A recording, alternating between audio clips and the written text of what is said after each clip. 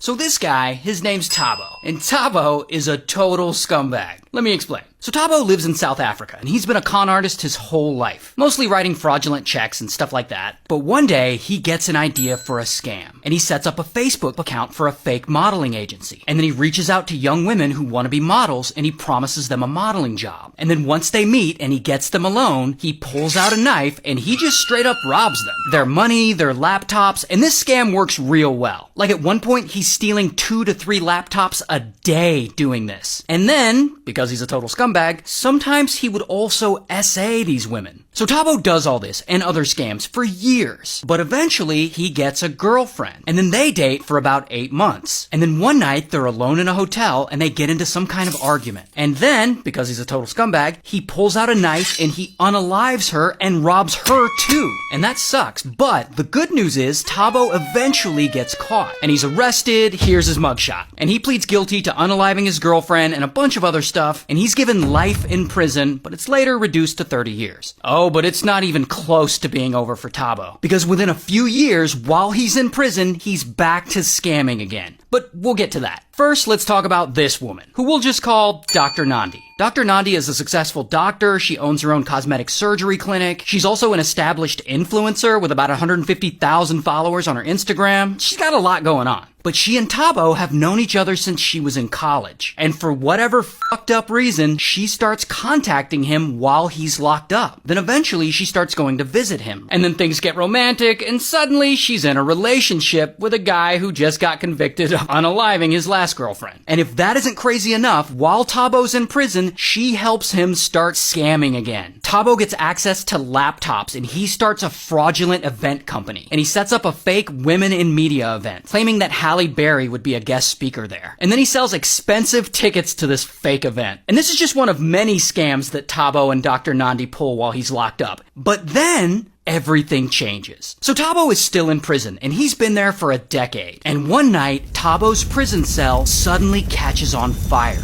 And then someone alerts the guards, and they rush in, and there they find Thabo's body all burned and charred. He had apparently taken his own life. And then Dr. Nandi has to come in and identify the body, and she does, but that's the end of Thabo, the total scumbag. Until one day, around this time, Thabo's biological mother is watching TV, and they're talking about Thabo's death on the news. And at that time, she hadn't seen or heard anything from Thabo in years. But she hears that he died, and she goes to the morgue to collect his body, so that she can give him a proper burial. And of course, before she can do that, they make her take a DNA test to prove that she's actually his mother. But when they test her DNA against Thabo's body, it's not a match. And everyone's like, what the f***?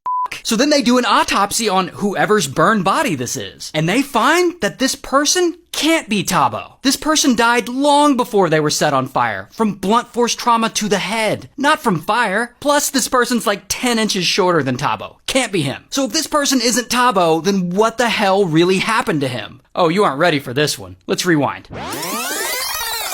So Thabo is still in prison, and he's been there for a decade. And at some point, he and Dr. Nandi decide they're gonna bust him out. And that is when they come up with this crazy scheme to fake his death. So Dr. Nandi goes to a local morgue, and she finds an unidentified corpse there. And then she pretends to be a relative of the corpse. And then she identifies the body, and she transports the corpse from the morgue, being like, we're gonna take my cousin here and give him a proper funeral. Then she takes the corpse, and with the help of a couple crooked security guards working at the prison, they smuggle it into Thabo's cell. And then they set it on fire, trying to make it look like Thabo unalived himself. And while the fire's going, Thabo dresses up as a security guard, and he sneaks out of the prison. And the craziest part of this plan is that it actually works. Thabo escapes, and everyone thinks he's dead. Meanwhile, he's actually alive and well, staying a few hours away from the prison. And he's out there living his best life. He and Dr. Nandi are renting a mansion, they're driving luxury cars, and wearing designer jewelry. And not only that, because he's a total scumbag, he and Dr. Nandi are still running fake businesses on Facebook, scamming people out of their money. And then about a year goes by, and the story that this convict Thabo faked his own death and escaped from prison hasn't really broke yet. But then some skeptical investigative journalists start looking into it, and they get a hold of Thabo's autopsy report, and they dig into it, and they publish an expose on how Thabo probably faked his death. And this article blows up. And then other media outlets jump on the story, and then they start doing news about it. And this creates a lot of buzz, and it starts this like whole manhunt. And suddenly everyone is looking for Thabo. And Thabo and Dr. Nandi, they see all this heat, and they're like, oh shit,